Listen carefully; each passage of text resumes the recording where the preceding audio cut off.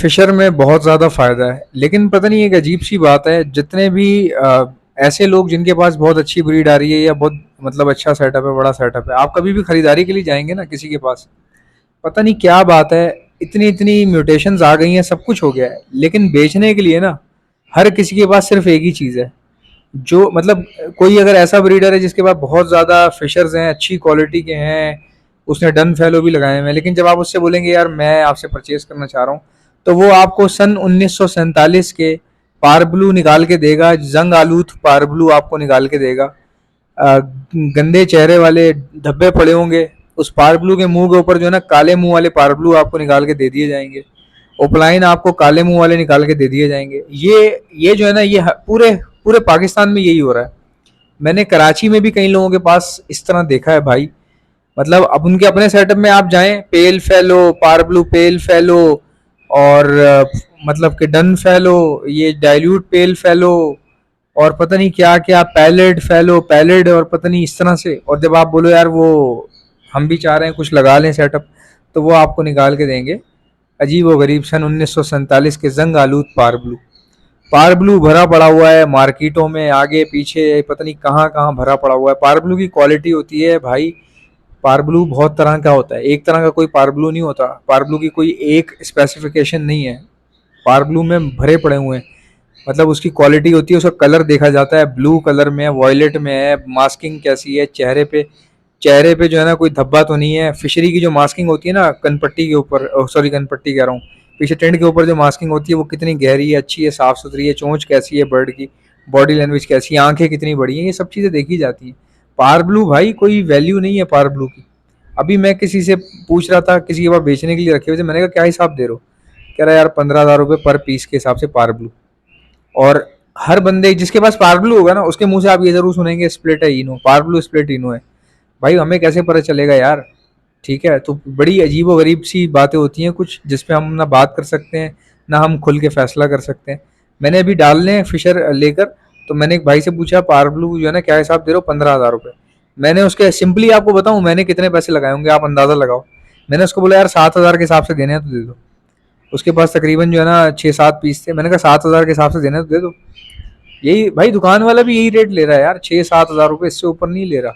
पार blue अगर आप किसी दुकान वाले को दे के आते हैं हद से ज्यादा 8,000 रुपये।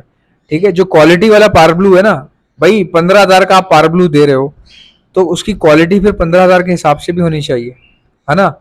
ऐसे ही है ना। देखो महंगा बेचने में कोई बुरी बात नहीं है, महंगा बेचने में बुरी बात नहीं है, लेकिन एक पार ब्लू जिसके मुंह पे धब्बे पड़े हुए हैं, मतलब अजीब व गरीब पार ब्लू, तो वो लग ही नहीं रहा पर्सनाटा, आधा वो पर्सनाटा है आधा वो कुछ और है।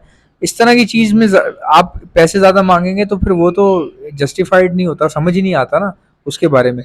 देखो महंगा आप बेचो, आप महंगा बेचो, आपको आपको कोई रोक टोक ही नहीं है यार, कोई बात नहीं। 12,000 वाली चीज आप 20,000 में बेच दो, लेकिन वो चीज उसकी आइडेंटिफिकेशन तो होनी चाहिए ना, मतलब कि चलो यार हाँ ये चीज इस तरह से है। ठीक है, आपके पास कोई मिसाल के तौर पर बजरी तो होता है, 600 रुपये का है उसकी मालियत, मैं कहता हूँ आप 1500 का बेच दो, कोई बात नहीं। देखो आप बता के बेचोगे ना किसी को यार ये 600 वाली चीज़ है मैं 1500 में दूंगा, मुझे ये चीज़ इतनी प्यार, मतलब मुझे मेरे लिए ये चीज़ कीमती है, प्यारी है, मैंने खुद ब्रीड करवाई है, मेरा हालात सही नहीं है, मैं चाहता हूँ कि ये कम से कम 1500 में निकल जाए। अगला खुशी से देता है ले लो, अगला खुशी से देता है ले लो, 600 वाली चीज़ 1500 में बेच दो। यार 8,000 वाली चीज़ आप 15,000 में बेच दो, 20,000 में बेच दो, कोई महंगे की तो मसला ही नहीं है ना। कभी भी याद रखें महंगी बेची हुई चीज को मैं बुरा नहीं समझता, मैं खुद में कभी कभार कोई चीज होती है 2 पैसे ऊपर ले लेता हूँ, मैं तो महंगी बेचता हूँ, सिंपल सी बात है। मैं मुंह खोल के बताता हूँ लोगों को, जब मैं खरीदता हूँ तो मैं मुनासिब पैसों में खरीदता हूँ और जब बेचता हूँ तो महंगे पैसों में बेचता हूँ।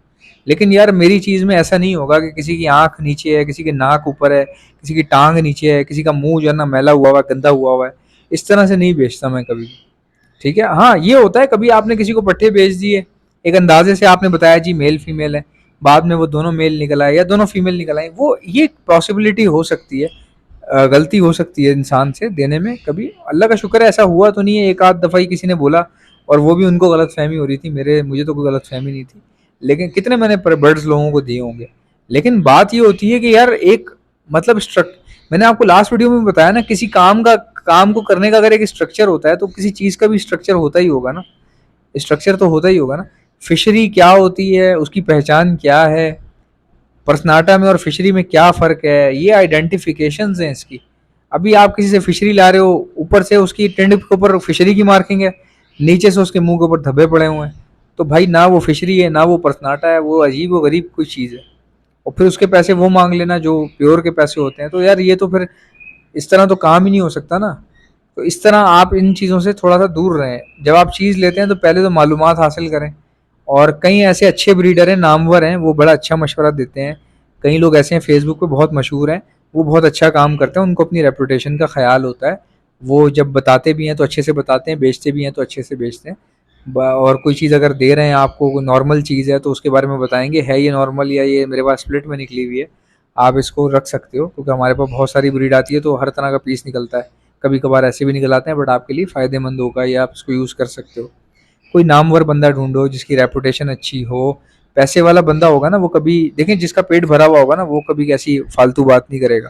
जो बेचारे जो जिन लोगों के पास बचपन से ही वो बेचारे महरूमियों में कोई बंदा पल रहा हो, उसकी महरूमी कभी दूर नहीं होगी, ये याद रखें आप। वो बताएगा भी पागलों वाली बातें, हरकतें भी पागलों वाली करेगा, और फिर वो उसका काम भी ऐसे ही होगा।